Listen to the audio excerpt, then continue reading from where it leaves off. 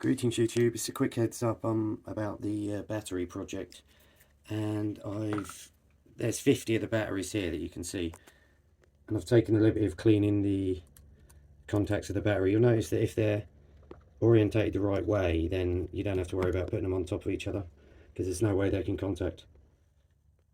I'm having some mixed results with a charger, the idea of which is it runs off the wind turbine, so there's absolutely zero wind today. So there's 50 there, and there's the rest that need to be taken apart, and I've managed to keep a lot of this cable as well, which is I can't see that you can buy that. It's like copper cable, but it's coated, so I'm anxious to keep that. I've got some strips about the same width as the battery. That's your battery pack there. That's the only one I've got left.